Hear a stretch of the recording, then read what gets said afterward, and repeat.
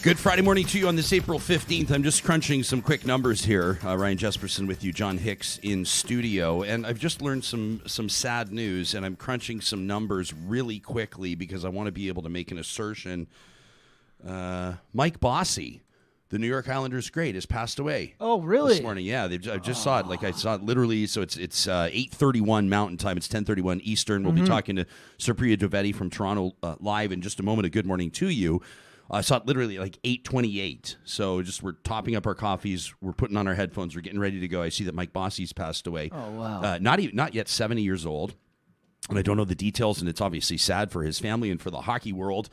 And I'm sitting there thinking, as I'm walking back to studio, Mike Bossy, we're not a sports show, but we're also just a real life show. And Mike Bossy, when it comes to the all-time great goal scorers, might actually be the greatest. Way up there. Gretzky's got the record at 894 NHL goals, and Alex Ovechkin's closing in on him. And people are wondering if and when Ovechkin surpasses Gretzky, Ovechkin will be revered as the greatest goal scorer of all time. However, I'm just crunching these numbers just really quickly. So Alex Ovechkin, to this point, has played 1,269 games in the National Hockey League, 776 goals.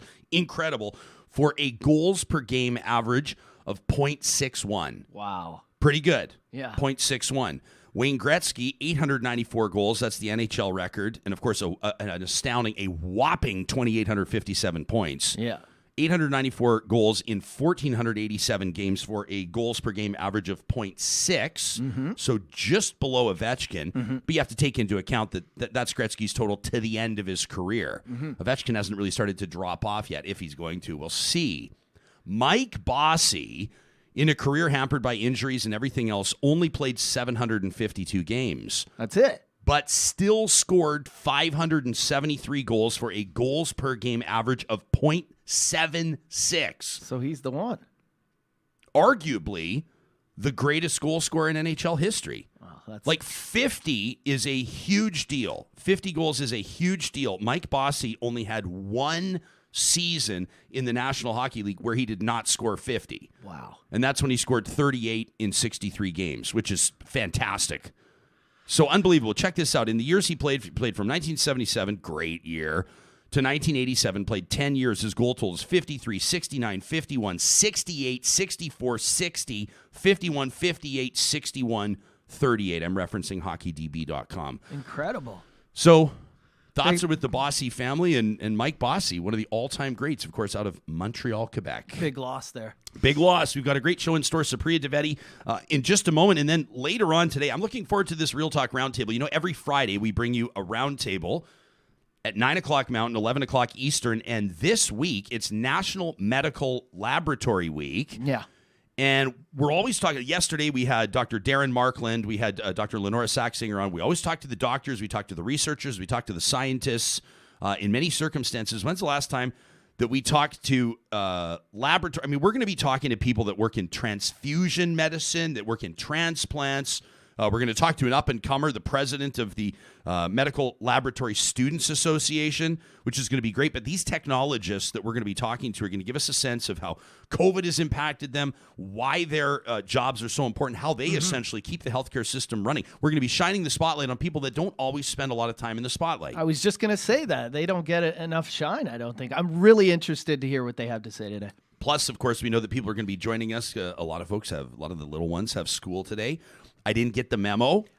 Do they? Yeah. I feel like traffic is really light today. Super light. On the way to work. So you get Friday off, you get Monday off, which is great. We're here with you Friday. We will be taking Monday as a stat, and then we'll be back with you Tuesday. Our little guy Wyatt wakes up today, and I didn't get the memo. I didn't get the family memo. That doesn't mean it was not sent. It just means it was not received.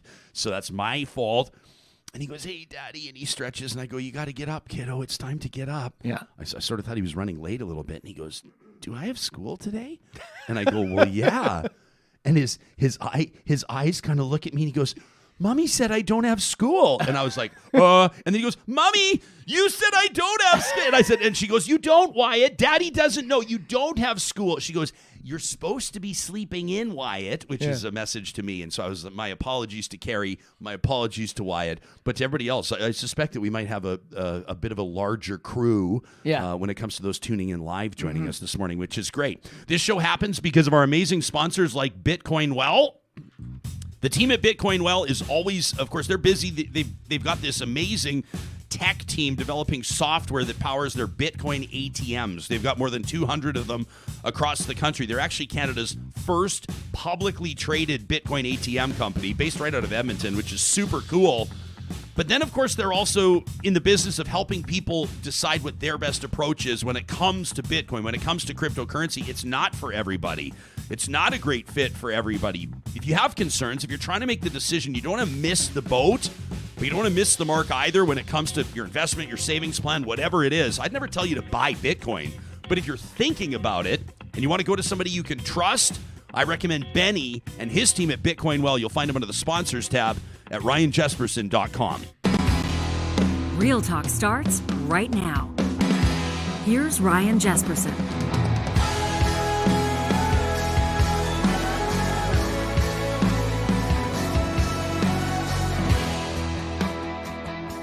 When Supriya Dwivedi joins us, we're going to talk to her about the Conservative leadership race. Obviously, Pierre Poilievre is getting the big crowds together. That's one of the stories. It doesn't mean that he's the only one that's campaigning, though.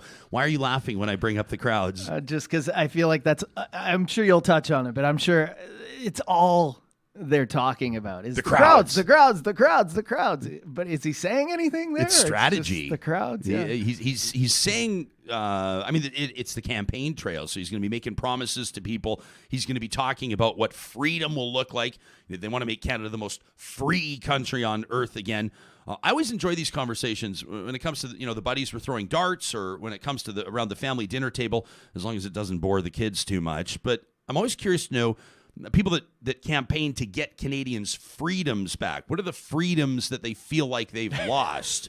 Right? And I like when people can articulate it, because I want to sort of like put that into context. People that still have. There's a guy that's been doing work, a contractor in our neighborhood at one of these houses, and he's got his big truck, a big dually parked outside the house where he's working. He's got the two big Canadian flags flying off the back, and the whole rear tailgate just says freedom. And respectfully, who wants to argue against freedom? Maybe anybody wants to argue against, but I'd love to pick that guy's brain. I mean, I wouldn't really. If I wanted to badly enough, I already would have. But I'd be curious to pick his brain with regards to what are the freedoms that you feel like you don't have. I mean, mask mandates have been lifted. Vaccine mandates are essentially gone. You can pretty much these days, I mean, there's probably nuance based on where you are in Canada, but you can pretty much, if you're unvaccinated and not wearing a mask, walk into anywhere you want in the country, right? For all intents and purposes, you can make your way into restaurants. You're not really limited in any capacity anywhere on anything. You can speak out against the government. You can drive your truck to Ottawa and park it downtown for 5 weeks. I'm not really sure where these freedoms are that are missing, but well, let's find out what our next guest has to say about this. Everybody loves Supriya Dwivedi. You know her. She's on our editorial board, and we're lucky to have her here. She's a lawyer. She's a big deal. She does a bunch of work for a bunch of universities. And, of course, we're thrilled when she's able to make time for us here on Real Talk. Good morning to you, my friend. How are you holding up right now? Pretty good. It's going to be gloomy here later, I think, and for the rest of the weekend. So just hoping to get outside at some point and enjoy some sunshine while I can. We woke up to snow today. Yeah, which is good. Although, I mean, this is sort of a little bit gnarly. I don't think you have your breakfast in front of you, but one of my tasks coming up this weekend was to do the spring cleanup of the backyard with 2 dogs, if you know what I mean. And the fresh snowfall this morning has kind of just helped me forget about all of it. So that's a good thing. Hey, check this out. So Pierre Poilievre touched down in Calgary, South Calgary at Spruce Meadows a couple of days ago, and then he was in Edmonton. Have you seen this? John, you want to roll this crowd video? This is the crowd that gathered in Edmonton. Supposed to be, I thought Edmonton was the Liberal home turf in Alberta. I thought this was the Orange Island. I thought this was Rachel Notley's backyard, but check this out. This video courtesy of the independent conservative outlet Western Standard. They're loving this stuff. That's Pierre Poilievre surrounded by, I don't know, Supriya, what's that, 5,000, 6,000 people in there? Music pounding. And there he is. Crowds, crowds, crowds is all anybody's talking about when it comes to Pierre's campaign so far.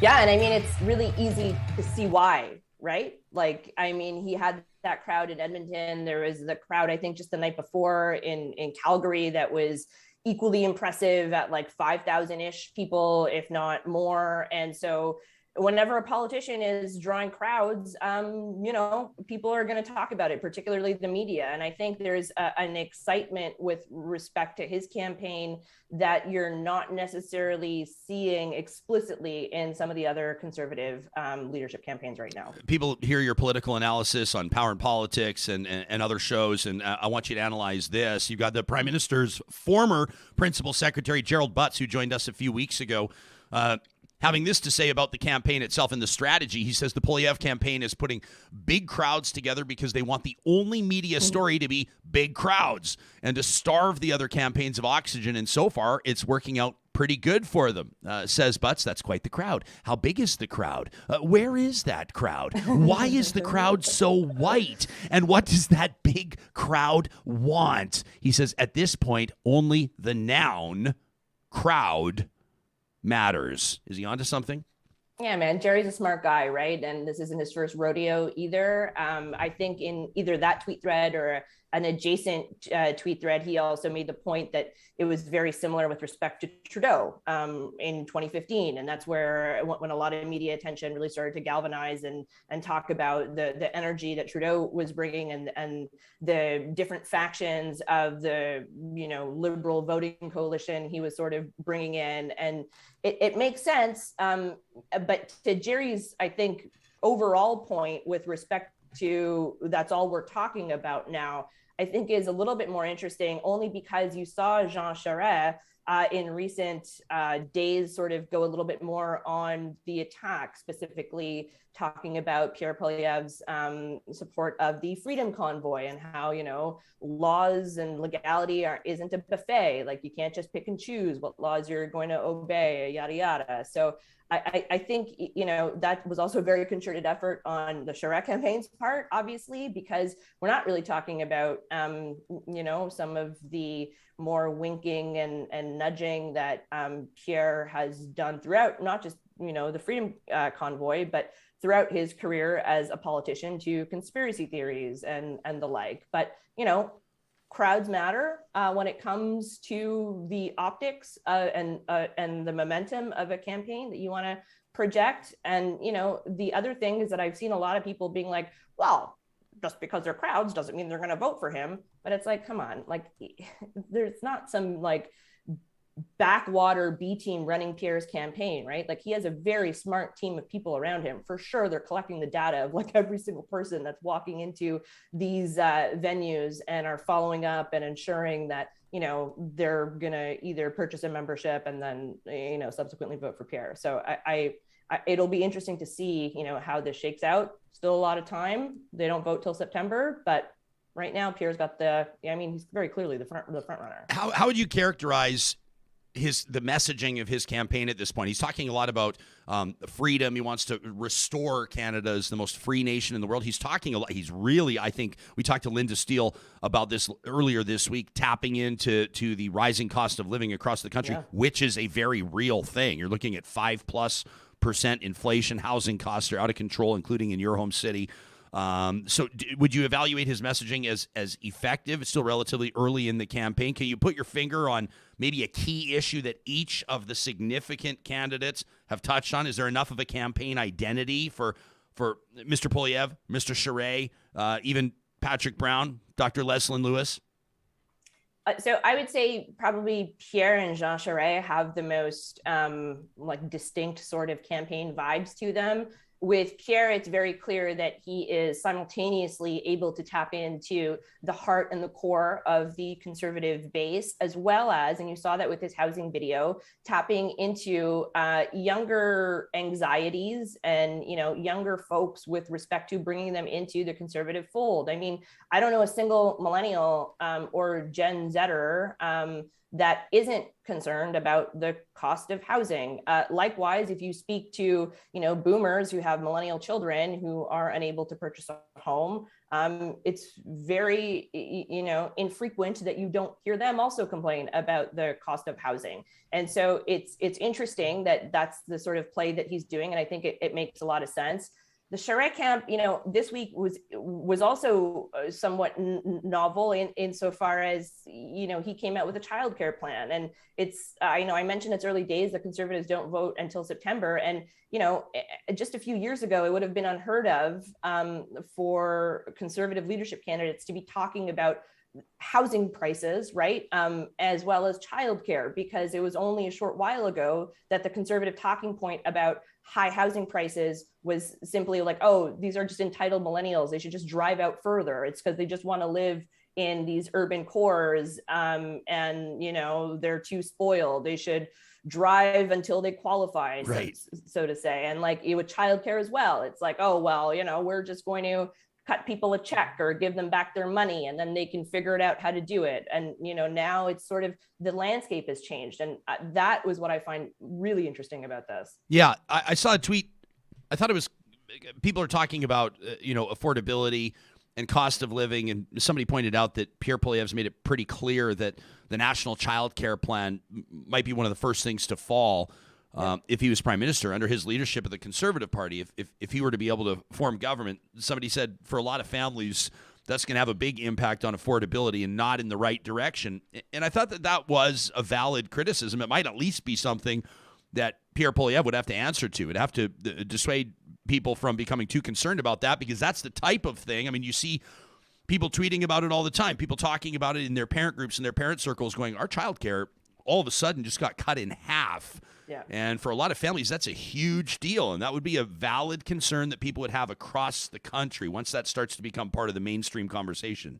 Yeah, 100%. And the other thing that's odd about, him going on the attack of these childcare deals, it's not like it was unilaterally implemented by the Trudeau Liberals, right? Like many Conservative premiers had to come to the table and hammer out these deals. And so it has the backing, presumably, of the Conservative premiers and those governments who agreed to implement these sorts of mechanisms. And it's interesting that, he's going so hard on that. And the other thing I would say is that it's incredibly difficult to take something away from people once they already have it, right? It's all well and good to say, like, I'm against it, I'm against it, I'm against it. But once people are seeing the real savings, in terms of like actual dollars that are remaining in their bank accounts, they're going to be very reticent to be like, oh yeah, okay, so fucking let me just burn this money then, right? Mm-hmm. Like it's weird. Did you read the Chris Sims from the Canadian Taxpayers Federation in the Sun papers? Did you read her column on the tax on trucks? Have you seen this? This is a story that I know a lot of people are talking your face, which people get your whole face just twisted. So here's the deal. The federal government has an emissions reductions plan, and buried on page 192 of it there's a reference to a green levy on pickup trucks, and it's got a lot of people talking. So the Canadian Taxpayers Federation submits an editorial to Sun newspapers. They run it. It prompts Alberta's premier and others yesterday to tweet, the Liberal NDP coalition is planning a punishing tax on working people for buying pickup trucks. That's on top of the carbon tax and their inflationary policies. Why do the Ottawa elites want to punish millions of Canadians for working and living normal lives? And then Jason Kenney posted a video as well, standing in front of a bunch of pickup trucks, which is ballsy because he lost his truck credibility a couple of weeks ago. 100%, I digress. Yeah. The federal environment truck credibility as I do at this point. Yeah, like, come on. Do you not have truck credibility? Anyway, so the federal environment minister, Stephen Guilbeault, tweets this in response. He says, I'm once again happy to clarify this, as it seems Conservative politicians are still confused. The federal government has not proposed a fee on trucks. A recommendation by an independent body in a report is not government policy. The independent body suggests a levy of about $1,000 on a half-ton truck, about $4,000 on a one-ton truck. People are saying if they're work trucks, they shouldn't be charged. What's your read on this? My read on this is that our discourse is so dumbed down to the point where this is presented as actual government policy. And this has all sorts of fucking implications down the road, right? We can't normalize this kind of misinformation to be used as talking points. And so just to give, your listeners a little bit of background here, the independent advisory body that you're referring to, it's the Net Zero Advisory Body. It was created via the Net Zero Emissions Accountability Act. And what they do is that they make a bunch of recommendations to the government, right? So they made this recommendation, and whatever the recommendation's merits are, it's not government policy. But the interesting thing is that it is being positioned as though it is official liberal government policy that's coming for your trucks.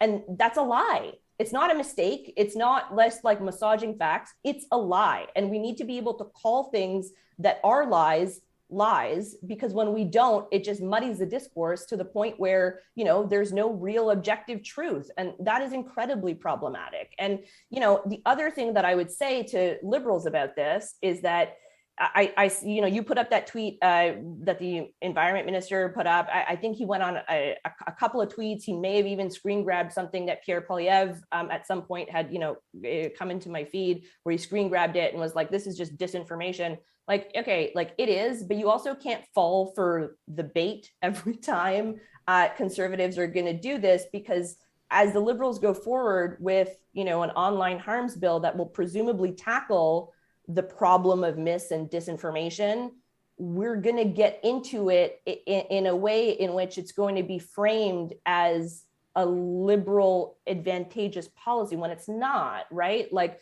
we need to be able to operate in a political environment in which truth is truth. And it will, anyway, it's just whatever. I could write about this forever. But can we, like, is that even possible? I don't want to sound like the pessimist. I don't want to be the glass half empty guy, but truth is truth, according to whom?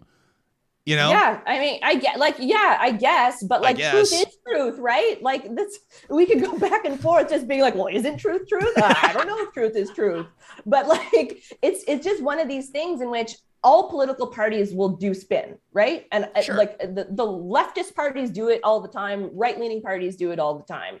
The difference with this is that it's not just massaging numbers. You're not just, picking and cherry picking facts. You're saying something that is objectively and demonstrably false. It gets printed in a legitimate mainstream newspaper. It's then repeated on talk radio, and it then gets filtered down to like the online, more partisan outlets like the Canada Prouds, like the Post Millennial, like the, and then you have people that end up living in alternate reality bubbles because they're just subject to a completely different set of facts.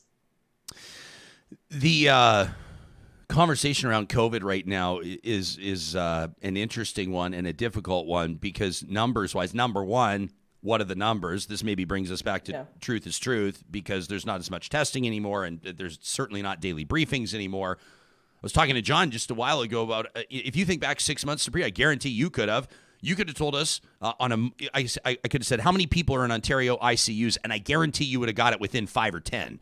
Right? Yeah. How many active cases are there? How many active cases across Canada? No, nobody knows now.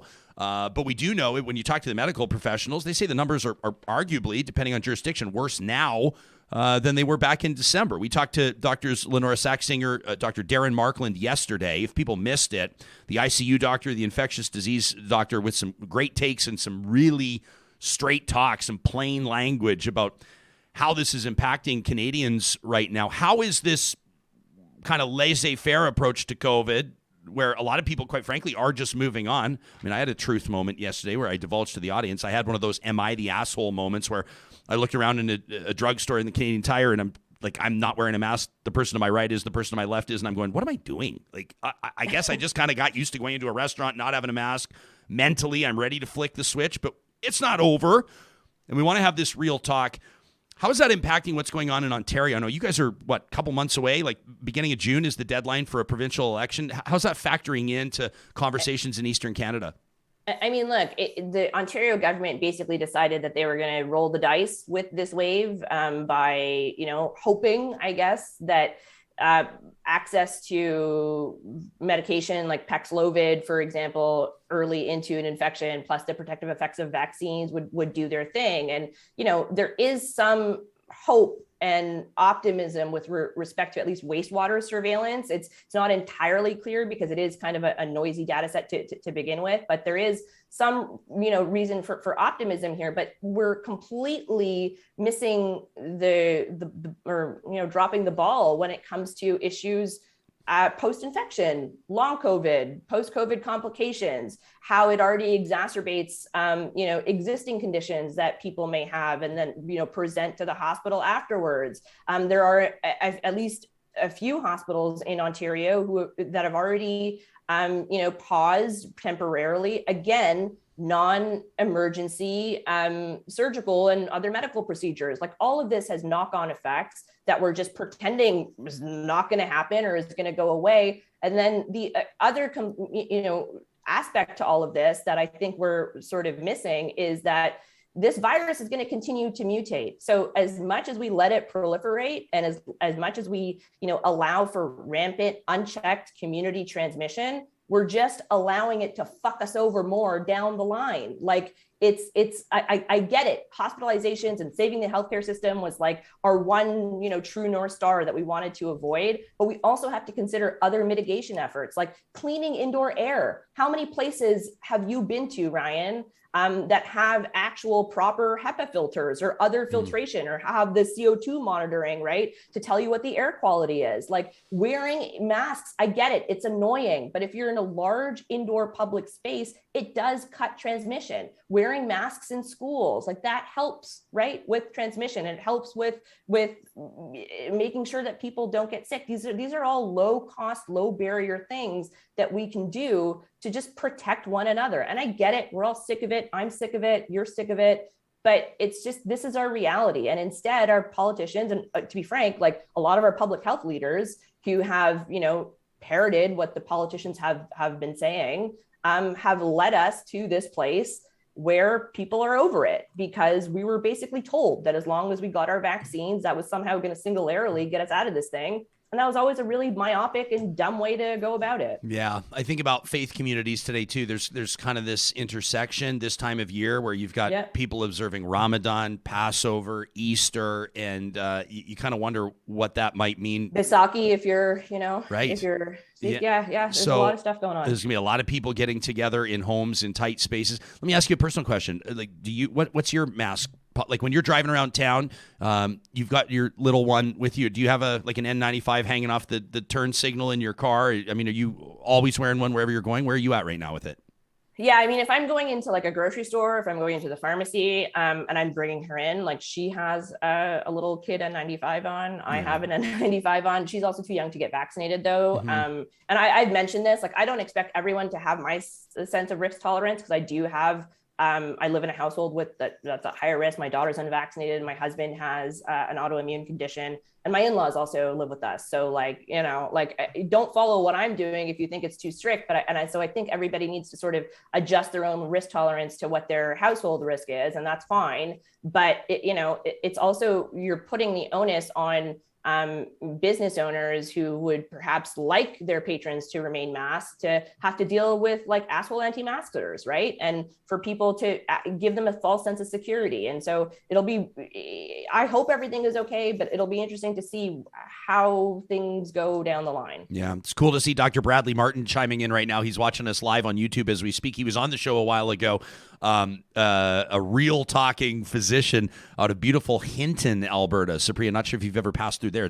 It's the gateway to the Rocky Mountains. It's the gateway to Jasper National Park. Anyway, he says, I have patients over 6 months out from acute infection with still very poor lung function. That whole idea of long COVID, I think of my Uncle Keith, who lives down in California. My dad's older brother had polio like way back in the day, obviously, and still like Uncle Keith is in his early to mid 70s, and like his so-called strong hand is not his strong hand. He can't pour a jug of water or a glass of, he can't pour with a bottle of wine with his arm outstretched.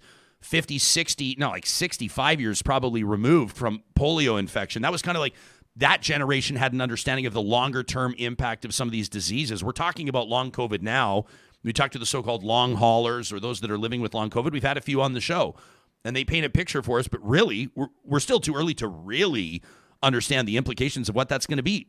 For some people, probably for the rest of their lives.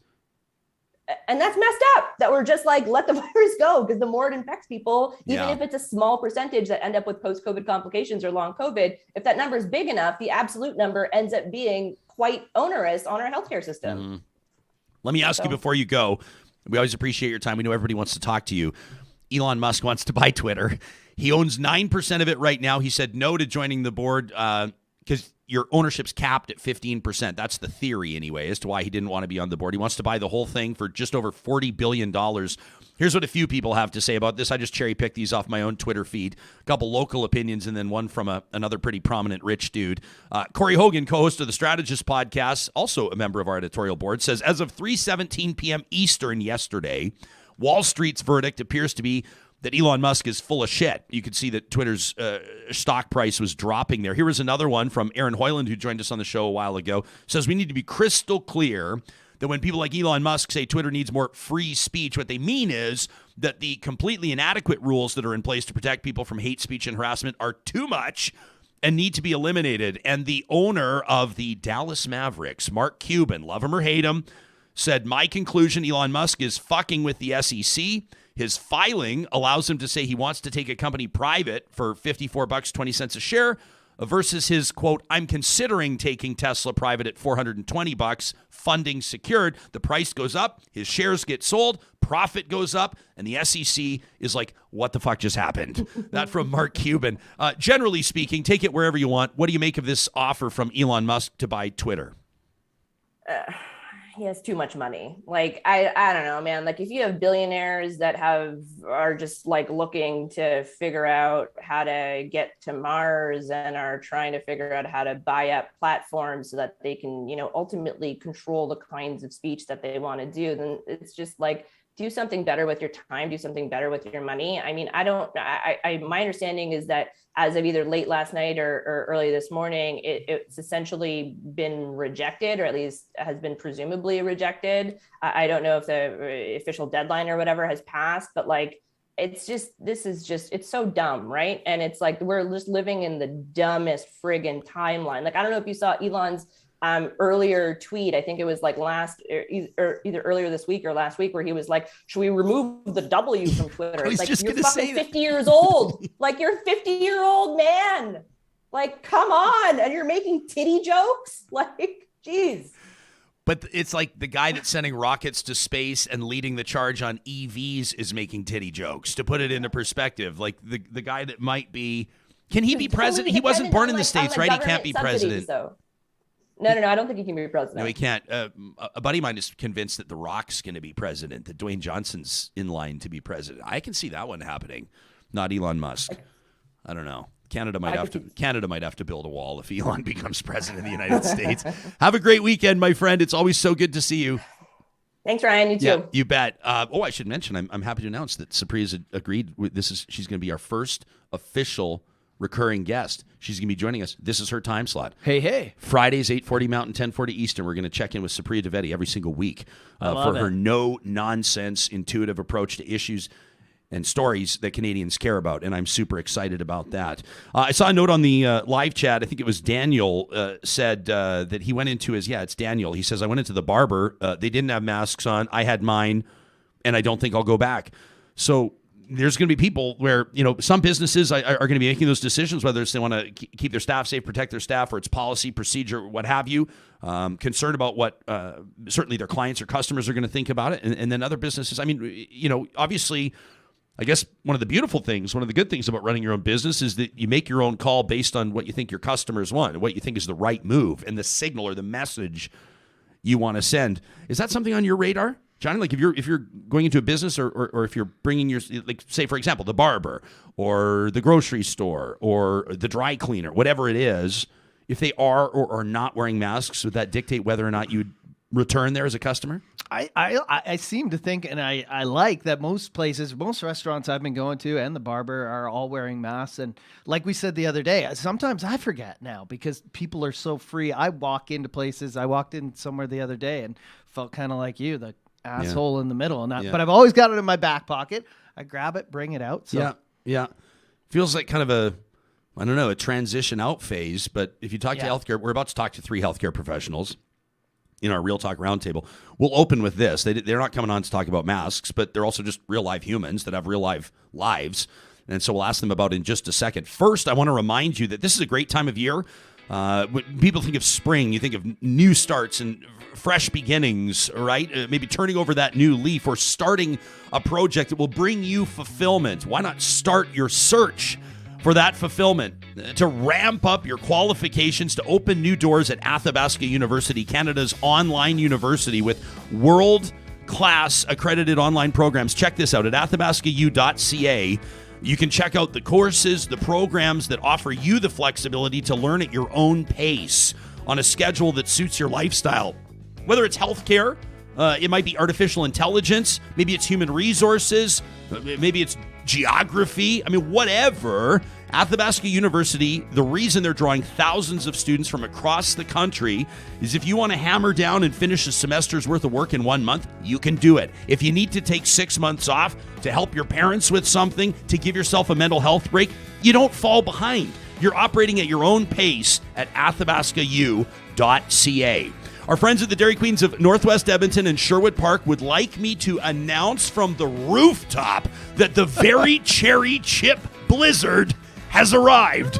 Yeah, that's right. This is the full cup of cherry and choco chunks blended to perfection with their world-famous creamy soft serve. Life is like a bowl of cherries. Playful, sweet, even slightly tart at times, but why settle for just cherries alone? This Very Cherry Chip Blizzard combines delicious sweet cherry and decadent choco chunks. So stop into your favorite Dairy Queen, whether that's Palisades, Nemeo, Newcastle, Westmount, or in Sherwood Park at Baseline Road. And when you order your Very Cherry Chip Blizzard, it's so fun to say, you let them know you heard about it on Real Talk. Same goes if you're happening to swing on by St. Albert or Sherwood Dodge this weekend to browse their new inventory, to browse their pre-owned inventory. They've got it all. If you're downsizing based on your fuel costs, if you're upsizing based on the growth of your family, maybe you need something to pull your boat this summer, their selection, number one, because they can share those inventories at their Sherwood Park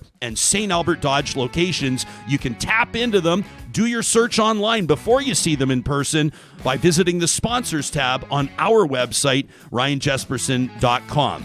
And our friends at Eden Landscaping know that, hey, sometimes your front yard doesn't look exactly how you'd like it to. Maybe you're in a new subdivision. Maybe there was just nothing done with that yard before you moved in. You've got your cookie cutter lawn that's struggling to make it every year. Maybe your next door neighbors have that perfect sort of wild grass perennial look going on, and you've got that one pathetic tree. You love it. It's trying its best, but it's just not working.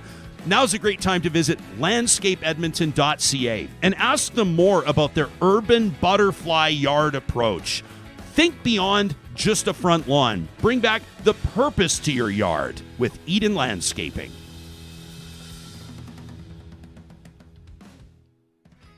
I thought I'd let the studio That was band beautiful. I wanted to let the band finish. As an audio guy, that was...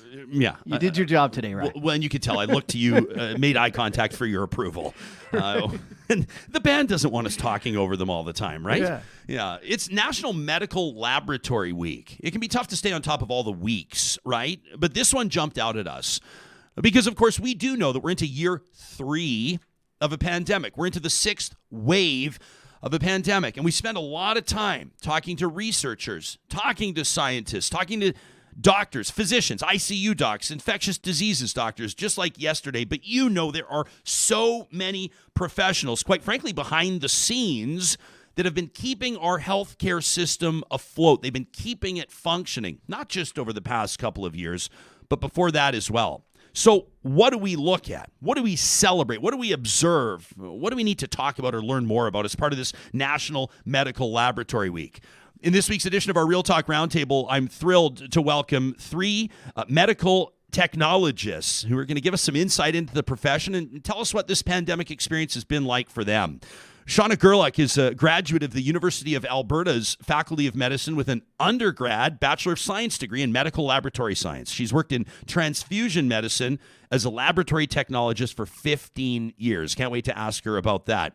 Ahmed Mostafa is a soon-to-be graduate of the Medical Laboratory Science Bachelor's Program at the U of A, and he's currently, bit of a big deal, the president of the Medical Laboratory Students Association. And rounding out our roundtable today is Anne Halpin. Anne's got a bachelor's degree in lab medicine from the University of Alberta, a master's degree in public health from Trinity College in Dublin. How cool is that? And she's just about to earn her PhD in transplant immunology in the Faculty of Medicine, the Department of Pediatrics at the University of Alberta. She's worked and has as a laboratory technologist in Canada, the U.S., in Ireland, and she works in the area of the clinical lab that currently does compatibility testing between organ donors and recipients. So basically, these three are helping save lives on a daily basis. Thank you all for joining us this morning. Shawna, we'll start with you. So it's National Medical Laboratory Week, and I think for a lot of people, this is going to be maybe our first opportunity to really dig into and learn more about what you do. Yeah, it's funny. I spend a lot of time on Twitter talking about politics and whatnot, and I very rarely have the opportunity to talk about what I spend the rest of my life doing, which is working in a lab. I think I should probably throw in your Twitter handle right now so people will go, oh my gosh, that's Shawna G of AB Poly. That is, yeah, you're all over Twitter when it comes to your political takes, but you kind of, you don't dig too much into your profession. Do you try to keep the two separated? I definitely do. I sort of view my life often as little components, and lab medicine is my passion. It's something I love the opportunity to talk about. And I'm really excited to finally get to talk about it publicly here. Awesome. Very cool. Ahmed, before I ask you about your career, your profession, your role in student leadership, can I just clarify something? Are you the same Ahmed Mostafa who I've seen starring for the U of A Golden Bears football team? Is that you as well? No, that's not you. Not okay, because you know that. Do you know that there's a Canadian CIS football player by the same name? I was like, I got to ask him about this. I got to know what drew you to the profession. What drew, with all of the options out there? What was it about this one where you said this is where I want to focus my studies? Yeah, so I was originally an honors physiology major, and I was going to the open house just out of curiosity, and I met a student who's currently in the program. And they started telling me about it, and they were telling me, oh, this bachelor, you get a job. So I did my own research afterward. And the more I read into it, the more I was really interested. I was like, wow, this is very different from my degree. You get to learn really technical skills and you can apply them right away. And that's what drew me in right away, because I thought this is great. You learn things that are so specific and it really pushes you. So I thought that was different from most degrees at the University of Alberta. And yeah, I just applied and here I am. Amazing. And your life story, this career has taken you literally around the world. I mean, at least across North America and over to the UK. Did you know, like sort of straight out of high school, that this was something that you wanted to do?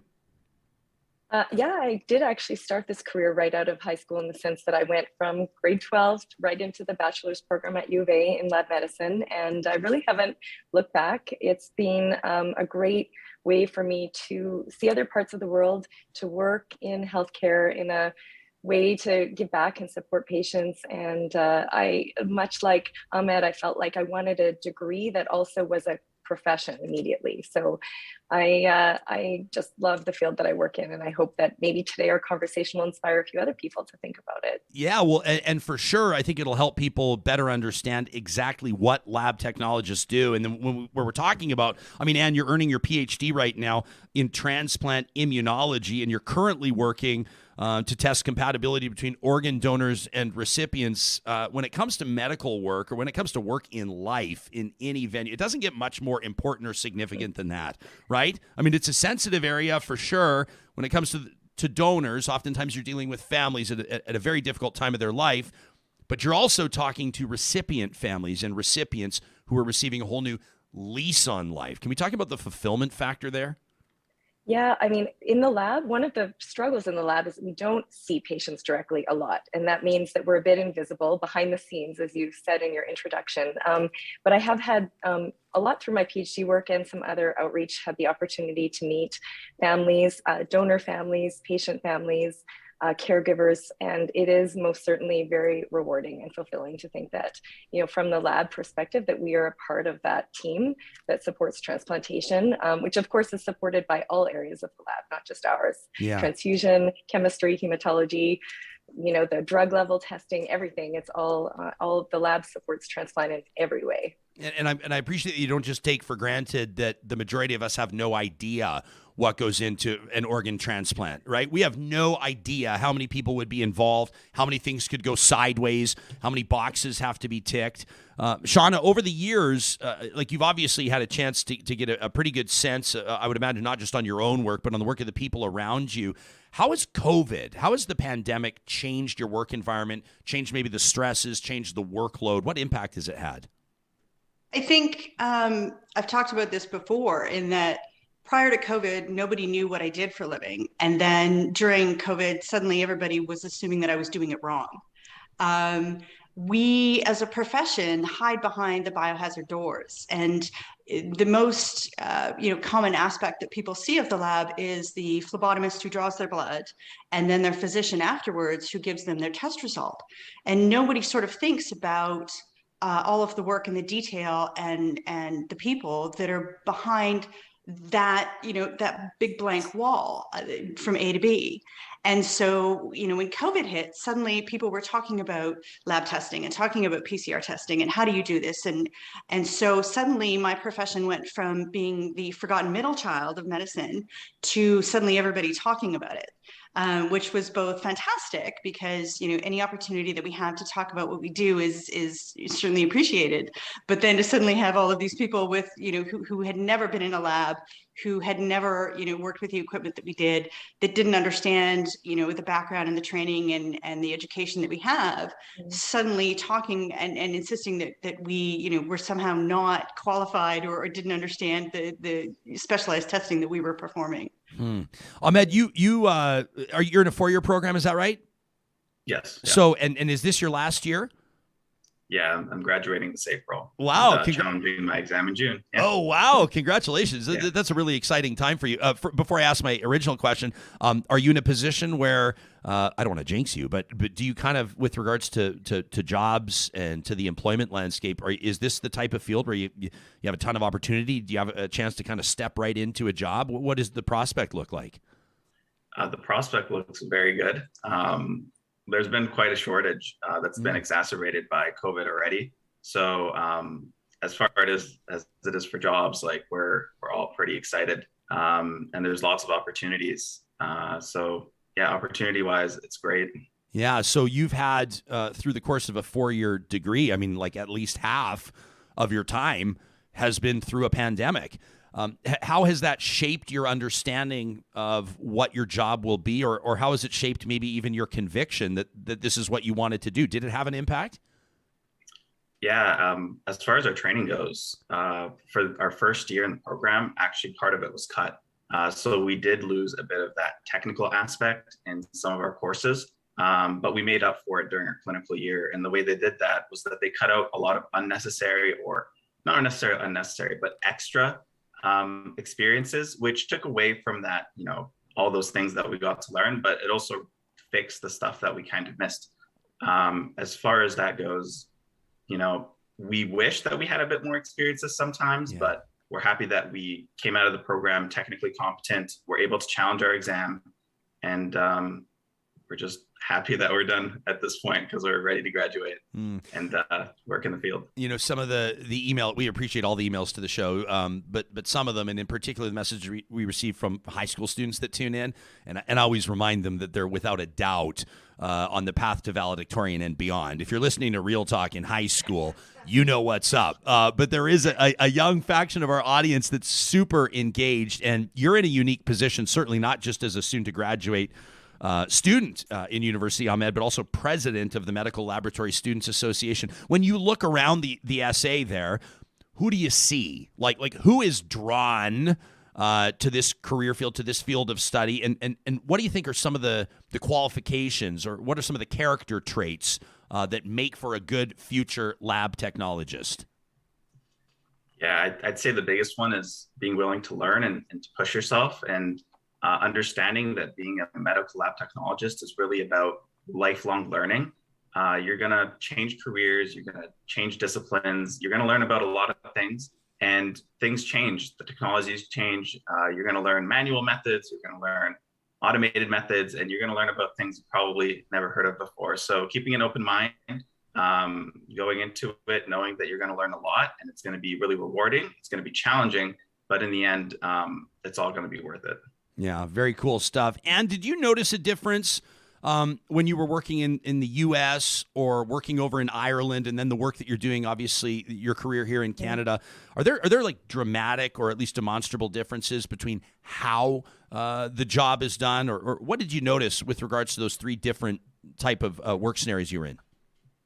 Yeah, well, first of all, I'll say I went to the US because at the time when I graduated, there weren't a lot of jobs. And that is absolutely opposite to the scenario now. As Ahmed said, this is a great time to be studying lab medicine and be graduating from this field, because there are so many opportunities now. So for all those high school students or anyone thinking about a career change, I can't emphasize that enough. This is a great time to be entering this profession. And so when I went down to the US, I worked in the same field that I work in now in the lab that does matching for transplant. And that was great. And I learned a lot of different perspectives, not even so much the way the lab was different, but just different, thinking about the science maybe in a different way, different,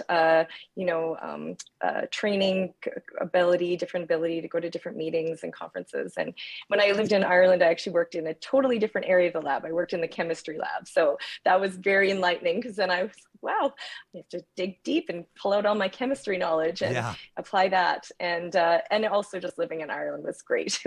I have dual citizenship with Canada and Ireland, so I got to meet my family there, and it was a great experience overall. Yeah. And again, having that portability in this career was amazing. So I really appreciate that. Yeah. And I think that's what a lot of people would be really interested to hear about as well. If there's opportunities to work internationally, obviously, as Ahmed has stated, there's a big opportunity here in Canada, and there's a need here in Canada. Don't leave, stay here. Yeah, don't leave. I'm not trying to convince everyone to leave, but I mean, what a neat opportunity to be able to take your skill set around the world. Did you have to, and maybe your circumstance might be different, or maybe it's changed since you made your moves, but with regards to the transferability of credentials and things like that, how does that factor in?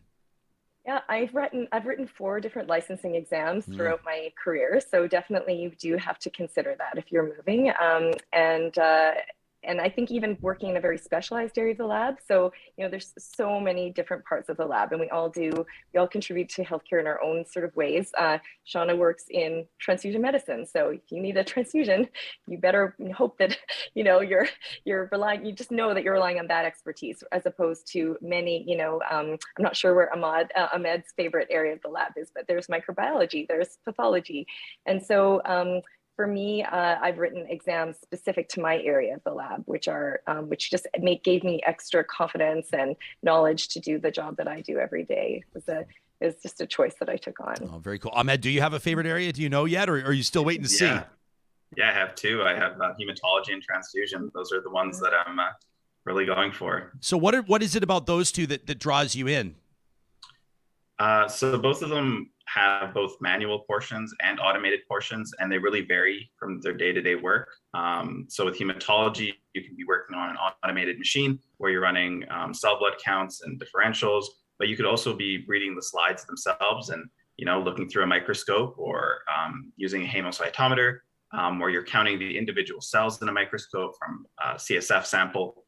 There's a lot there. There's coagulation, which you do coagulation testing and you make sure that everybody's blood is working as it should be. Those. And then for transfusion, it's just the aspect that's manual. You really have to be focused, and you're saving somebody's life at the end of the day, and that feels really rewarding. Yeah, Shawna, that's how I know that I would be a lousy fit for this profession, is that if I screw up at my job, nobody dies. Yeah, that's certainly a significant concern with what I go to work and do every day. Yeah. I think lab medicine is one of those things that when you try to explain it to someone, it gets technical very, very quickly. And so I'm listening to all of us try and keep this conversation as broad as we can, because once we start drilling it down, it gets really scientific and really specific. Usually when I have to describe what I do in a general sense to people, I talk about, all of those lab boxes that your physician is ticking off. And really what we're doing is your physician is suspecting or thinking along a certain, diagnosis train. And what they're basically doing is asking the lab questions, and then we're answering those questions back. So, does my patient have diabetes? Does my patient have a genetic disorder? Does my patient have COVID? Does my patient have cancer? What cancer do they have? What infection does my patient have? Those are really what the lab does, is we are answering those questions for your physicians. It's a running joke that, we have been making, doctors look good for 80 years, because that's really what we do. And, anytime we have the opportunity to actually interact with patients, because we actually get very attached to people that we've never even seen. I'm sure Anne does. I know I do. When I have a patient in TM that, my first interaction with them is a phone call from STARS telling me, I've got a trauma patient landing in 5 minutes, and, they're going sideways quickly. From that point through to, when they land on the roof, to emerge, to the operating room, to ICU, to step down units, I'm following that patient over the course of several weeks. And in some cases, especially at the beginning, that patient is my entire world for an 8-hour shift while I'm, doing my best to make sure that, the clinical staff can keep them alive. And I get the opportunity to follow them through to when they, are discharged. There's very few areas in medicine where we have that opportunity. And we get really attached to people we've never even seen. That's part of medicine that I don't know if I could. Well, the first part of medicine I couldn't do is qualify for med school, so that's number one. But in seriousness, what the three of you do, and what the nurses do, and the doctors and the surgeons and everybody else. Like, and I don't know, I get a bleeding heart about a bunch of stuff, and I think of, like, I guess on one hand, if you're analyzing a blood sample or what have you, and this person is seeking an answer, and then you're able to determine it, you would feel perhaps like you solved a mystery, like there might be a euphoria, like you solved the mystery, you can give them an answer, but also, like, does your heart sink, or does your stomach get a little bit twisted up when you find cancer, or when you find a rare disease, or when this person's about to receive a diagnosis that's going to change the rest of their life? Like, is there kind of an emotional aspect to your job that you have to keep at bay? Mm-hmm.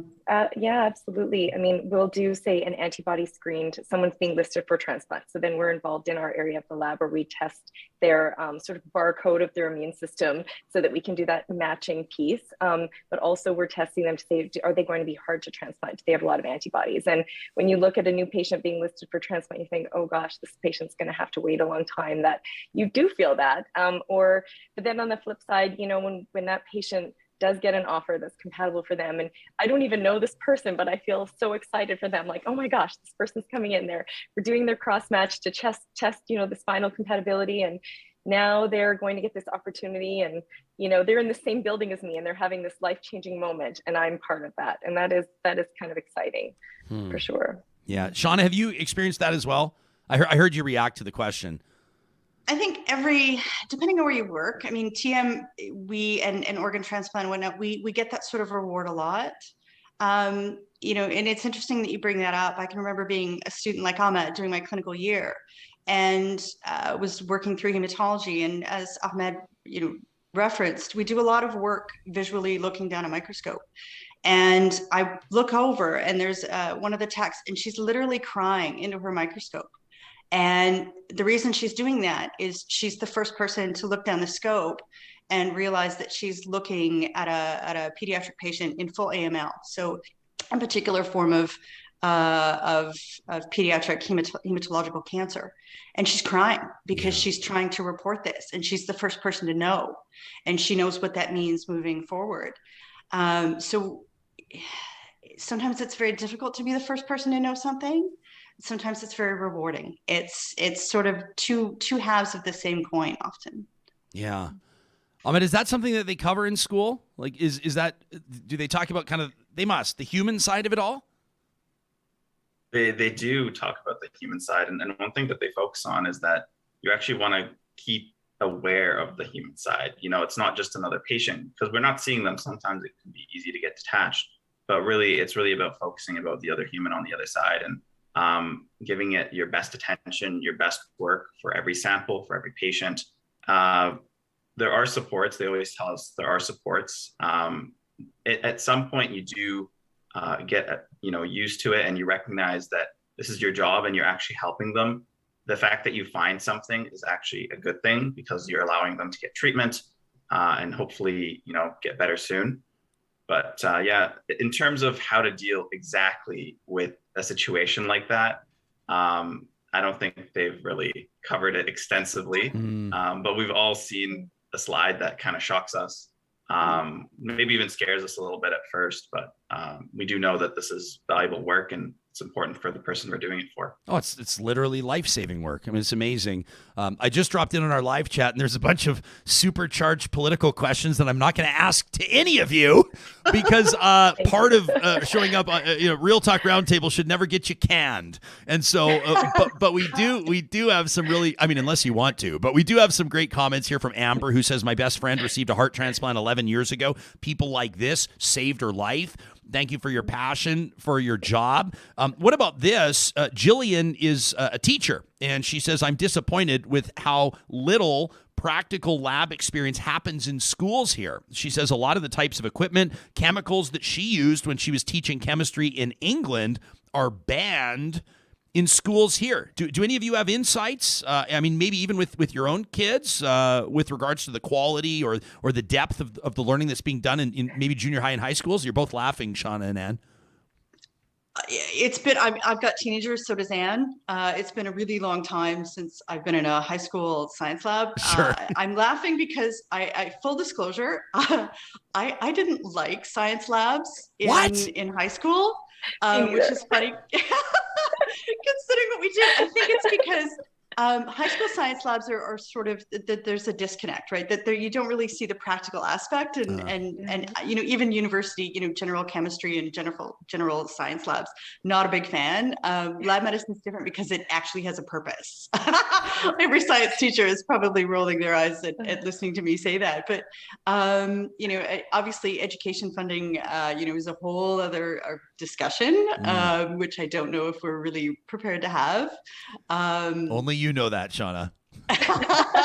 Yeah, probably shouldn't go there. If I were to speak to that, I would probably talk about how, lab medicine is not, when you have career day, lab medicine is probably not on that list of unfortunately, of careers, because it's not something that a lot of people know about. Yeah. Even though we are the second most common healthcare profession behind nurses. Is that right? It is, which is crazy, because there's lots of us, and there's lots of former technologists. So sort of Anne alluded to this during the Klein years, because of privatization, which we're not going to talk about too much. But a lot of technologists were laid off. And it's interesting where some of those people have gone. So for example, Kathy Heron, the mayor of St. Albert, that I know, Ryan, you know quite well. Yeah. She's a former technologist who was laid off during those years and left the profession. So, political choices do have consequences professionally moving forward that always have to be considered when we talk about these things. Yeah, I should mention that Mayor Heron's going to be on the show in a couple of weeks, as a matter of fact. I didn't know that about her. I didn't know that about her previous career before entering politics. That's very cool. And the smile hasn't left your face the whole time Shawna's been talking. So what were you bored stiff in high school labs as well? Well, it's just so different than what we actually do in the lab. And, the sorts of things I wish that we did more in school were more just understanding how science works. Like, you ask a research question, you plan your experiment, you do the experiments, you apply for grants sometimes. Like, there's a whole process. I was in a lineup in the store and someone was talking to me, just like one of those COVID conversations you have. And he said something about whatever. And he said, I did my research. I said, oh, me too. We did some pilot studies, and then we wrote a grant, and then we got some funding, and then we did some experiments, and now we're analyzing, we're going to write it up and publish it. I was like, is that what you're doing too? Yeah. And he didn't talk to me again. But, those are the kinds of things that I think we don't explain well enough in school. And, you know, my poor kids, they get a lot of this at home from me. I remember when they were in elementary school and they would like, you know, how kids come home, they pretend to wash their hands. They don't actually wash their hands. And so I brought home a Petri dish and I had them like touch it before they wash their hands. And then after, and I put it in the windowsill. And then 2 days I showed them, I was like, this is why we wash our hands, you know, like, so that's the kind of momming you get sometimes if your mom is very professional. But, you know, those are practical things that kids would like to see. So maybe we just need more fun lab in school. Than, you know. Absolutely. Absolutely. Ahmed, you're a little closer to your high school experience is a little bit more recent. How did you land when it came to like chemistry labs, stuff like that? Were you pretty keen on it, or have you found sort of new life or a new interest with this post-secondary experience? In high school, I really liked the labs because they were something different and, you know, application based. I will say that we got a little bit more introduction into what research was. In my schooling, I remember Bio 30, we definitely looked at it a little bit. But as far as, you know, labs in medical lab science compared to, you know, general labs in university or general labs in high school, like they're not even close. I would say medical lab science and the labs that we have, like what you learn is so much more. It feels like it has a lot of purpose. It's not something that you're learning once and you're going to forget. It's like you learn this, keep it in your mind because you might need it later. And I think that's what's really awesome about it. Like, it's hard to compare them because they have different goals, right? Like, for, you know, university chemistry, we were learning techniques to learn the theory behind them. But for medical lab science, you're learning both. You're learning theory, you're learning the technique, and you're learning actually how that technique affects your results and how to make sure that technique is consistent so that, you know, your product or your result that you're going to report is consistent with other people who are working. And that's one of the biggest things that we have, is that we want consistency between all the workers and all the medical lab technologists, because that's what gives us a high quality result. Very cool. Before we go, Shawna, did I see what I think I saw as you took a sip of coffee? Would you show off your coffee mug for the audience members? Johnny, can we take it? Atta girl. Look at that. Keeping it real. Keeping it real. There you go. Your Real Talk coffee mug. Very well done. And the first edition now sold out diner mug. So congratulations on that. There you go. Those are bragging rights right there. Well, can I call you Labvocates? Anne's too classy to immediately reveal that I just totally stole that from you. But it's okay. I want you to promote it, Kevin, yes, so you just steal away. I will steal away. These three Labvocates, remarkable people that are a part of the army that keeps our healthcare system afloat and literally keeps people alive. And we celebrate what each of you and all of your colleagues are doing. If people want to learn more about this, you can check out the Canadian Society for Medical Laboratory Science online. It's at csmls.org. I've got it up on my screen right now. That's csmls.org. That's the Canadian Society for Medical Laboratory Science. We've been talking to Shawna Gawreluck, Ahmed Mostafa, and Anne Halpin, soon to be Dr. Anne Halpin. Thanks for the three of you, and a very happy National Medical Laboratory Week to you. Thank you, Ryan. So much. It's been great to see the three of you. That's awesome. John, did you feel like you learned something through this? I love these roundtables with the people behind the scenes because, I feel like we got a lot of different views there from people who have been in a while, and then Ahmed, who's like climbing the ranks. It was climbing great. the ranks and taking leadership, like the student leadership, the president of the Students Association there, and very cool stuff. We want to use Real Talk in this context, in this capacity, where sometimes we're going to be talking to the politician or the elected representative for this, and these are the big high level stories about the budget or whatever.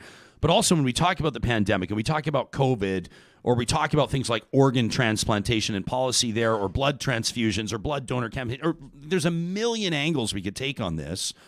As Shawna pointed out too, these are the faces. These are the people that oftentimes, I liked how she said that. She said, we're the ones that are oftentimes behind the biohazard doors, right? But these are the faces of the people that keep the healthcare system afloat when we talk about things like even contract negotiations. And of course, we keep them out of the politics of it. That's not why they're here, and we're not looking to get them in trouble. But these are the people we're talking about, the people that are showing up to work every single day to do that work, and it's incredible stuff. Before we get into Trash Talk. That's our Friday tradition. I want to make sure that I have a chance to remind you that there's an opportunity for you to put a little bit more money in your pocket right now, courtesy of our friends at Park Power. We hear from some of you almost, it seems, every single week. You're in touch with us and you let us know, I finally switched over to Park Power. And I know that it can feel like a bit of a hassle, right? You go, I'm going to have to get out my old utilities bill, and I'm going to have to get my customer or whatever. I'm going to have to get my address, and I'm probably going to have to figure out, fill out a long, arduous form. It's easy. It's easy. You go to parkpower.ca. You can check out and compare rates. You can figure out what you'd be paying for electricity, natural gas, or internet. You've got some choices. If you want the variable rate or probably our personal recommendation, the fixed rate option. Anyway, decide what's right for you. They're going to contact your utilities provider, the current one. You don't have to break up with them. You don't have to have that awkward conversation. And then the promo code 2022-Real Talk gets you $70 off your first bill at parkpower.ca. How do you save even more money? Well, you go today to kubienergy.ca. You get a free quote online for solar. You figure out exactly what they can do for you to get you closer to your sustainable energy goals. I saw on Kubi Energy's Instagram today, they have a photo up of a church. They just did a huge install on the roof of a church. It's probably going to keep more money in the church's coffers. Maybe they can plug that back into the community, help more people. All of these goals accomplished because they started at kubienergy.ca. And once you get your solar in, and then you call Park Power, you ask them about their solar rebate option, even more money saved because you heard about it here on Real Talk. Our friends at Friesen Brothers want to remind you they have a fabulous all-you-can-eat Easter feast at select Friesen Brothers location. That's coming up tomorrow on Saturday, $25 a person, all the fixins. You're not going to want to miss it. If the Friesen Brothers in your area, if you want to know if they're one of the stores offering that dinner option, the Easter dinner option from 4 to 8 p.m. tomorrow, that's Saturday, April 16th, just go online to Friesen, that's F-R-E-S-O-N, Friesen.com. And our friends at Infinity Healthcare want to remind you that they are taking the stress out of the home care decisions that thousands of Canadians, in particular Albertans, are making every single week. You have a loved one who does not want to move into assisted living. You've got a loved one that insists on aging in place at home, but you have your concerns. Are they getting their laundry done? Is the house being kept tidy? Do they have someone to talk to if you can't be there? Did they have their meds this morning? Are they eating the food that's being delivered or prepared for them? This is where Infinity Healthcare enters the mix. You can learn more about their team, their service areas, and hey, inspired by our roundtable today, their career opportunities. They're always hiring at infinity-8.ca. You can also link to Infinity Healthcare under the sponsors tab on our website. Now, each and every Friday, our friends at Local Environmental give us an opportunity to blow off a little steam, to say what we mean, to amplify the message that we want thousands of people to hear. It's a Friday tradition that we call Trash Talk. All right, this one from Cindy, who says, my job takes me across Western Canada, and I do a lot of driving. And the Real Talk podcast has been an amazing addition to my road trips, and I'm grateful for it. Thank you, Cindy. She says, this is just a quick public service announcement to remind drivers, if you're in the passing lane, driving beside another vehicle, keeping pace for more than a few seconds, you are single-handedly interrupting the free flow of traffic, and you need to move the F over. She spells it out, E-F-F. You need to move the F over. She says, I'm not a maniac behind the wheel. I take my 10% or so above the speed limit, and I'm a considerate person. I'm not a road rager. I'm not an overreactor, and I'm pretty sure I'm speaking on behalf of thousands, if not millions, of Canadians when I say if you're in the passing lane and you're not passing, GTFO. That from Cindy. How about this one? This one from Josie, who says, I know that there's war being fought on foreign soil, and there's children living in poverty, and there's people struggling through this pandemic, just barely making it, and I realize all of this is serious and not at all funny, and I recognize that my concerns are trivial. But they're also valid and real, and if this nonstop wind and snow and ice doesn't buzz off soon, I'm going to lose it like Charles Barkley in a casino. Bring on spring! That from Josie. I feel your pain, Josie. This is what Trash Talk is for. You can blow off that steam so you can stay focused at home and around your friends. This one from Devin, who says, Jespo, I was listening to your show yesterday. I heard you talking about realizing that you were the a-hole in the... Everybody's going PG-13 on Trash Talk today. I kind of like it, actually, because there's probably families tuning in right now. They're home for Good Friday. They don't need the salty language. So anyway, Devin says, you were the a-hole in the room when you found yourself between two people wearing masks over the week. I find myself in this situation often. The last time I was in my local drugstore, I was running in quickly to grab some mouthwash. I threw on my trusty N95, and as I waited in line, I had a lady tap me on my shoulder. I turned around and had her say to me, "You know, you don't have to wear that anymore, honey." I nodded, and I turned back around. A moment later, I got another tap on the shoulder from the same lady who asked this time, "Isn't it hard to breathe in that thing?"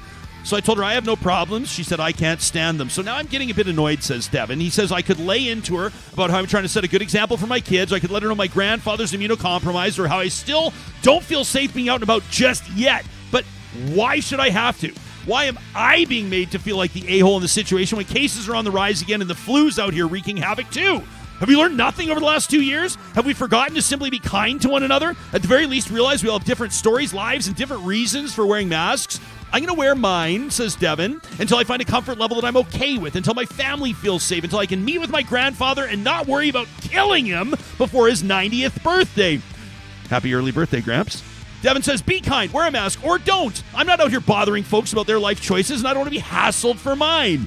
But if I was, I would say mask up, be safe, and as Dr. Markland said on Real Talk yesterday, don't be a turd, get your third. I love that. Says peace and love, and I mean it. Signed, your friendly neighborhood mask-wearing a-hole. That from Devin. Very well done. And this one from Maddie. I like this one. This is not so much trash talk. Maddie said maybe this could be trash talk. I said I like it as a closer on this Friday. He says, pardon me, there's no spicy language. Perfect fit. What is this? I don't think we have to. Oh, no, Supriya was dropping a bunch of F-bombs. We still have to say explicit on this edition of the YouTube release. Oh, yeah, thanks a lot, Supriya. Although I think I probably swore to at some point. It's tough to keep track. Maddie's like, would you just read my frickin' email? Sure, pal. In seeing and listening to your interview with Max Fawcett, always great to listen to, there was one thing that stood out for me, says Maddie, when talking about Alberta's recent luck with high oil and gas prices and what to do with that money. Now, we should all be careful to not talk about this windfall as a win or as a benefit. This win is coming completely at the expense of Ukrainian lives and the destruction of a country. It's war profiteering, and any public figure or politician talking about this as a win should be ashamed of themselves. It's blood money. The Ukrainian community in Alberta and all Albertans should be outraged that the Premier and his cohorts are championing the increased funds over the bodies of the people of Ukraine. This is from Maddie. Says a truly ethical and moral leader would look at the situation and say, as a result of Vladimir Putin's crimes, this province is seeing benefit. We cannot and should not take joy in this. It's coming at the expense of innocent lives and culture lost from a dictator. We had price projections before the invasion, so what we're announcing today is that the increased funds from this differential increase will be sent to Ukraine. If Putin wants this war, then he can pay for it twice in increased funds to fund the war against him. Anyone in this province seen championing higher oil and gas prices as a result of this war, says Maddie, should be ashamed, should be deemed a war profiteer. And if that pisses people off, it says more about them than they'd like to admit. Now, Maddie says, of course, this isn't going to happen with any government. Doesn't matter the policies or the politics, but mostly one that's shown no moral or ethical backbone in history, especially not one that's made such a large mission to enrich the oil and gas sector at every turn, one so eager to post about increased oil prices and profits over which they had no control. He then signs off, have a great day. That from Maddie, who closed Trash Talk this week. These are real emails received to talk@ryanjesperson.com, and we thank you for them. Coming up, we're off Monday. Tuesday's show, we're going to talk to that female firefighter that tendered her resignation at a council meeting in Leduc, citing the workplace culture. Megan's going to join us on Tuesday morning, plus the photographer behind this phenomenal book, Octopus, Seahorse, Jellyfish, David Lichtschwager from National Geographic, our guest on Tuesday. Have an amazing long weekend, friends. Thanks for making Real Talk part of your daily routine, and we'll see you again soon.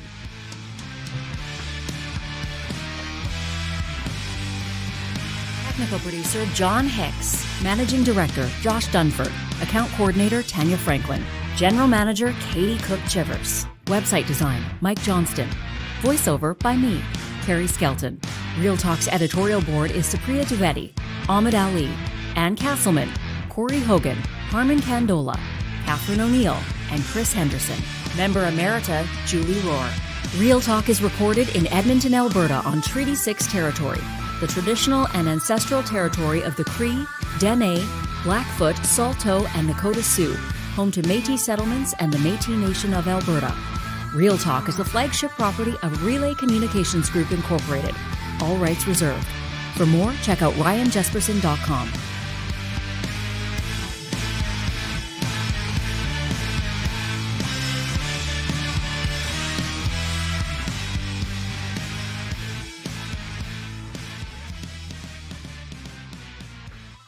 Did something happen to our YouTube? Was it going the whole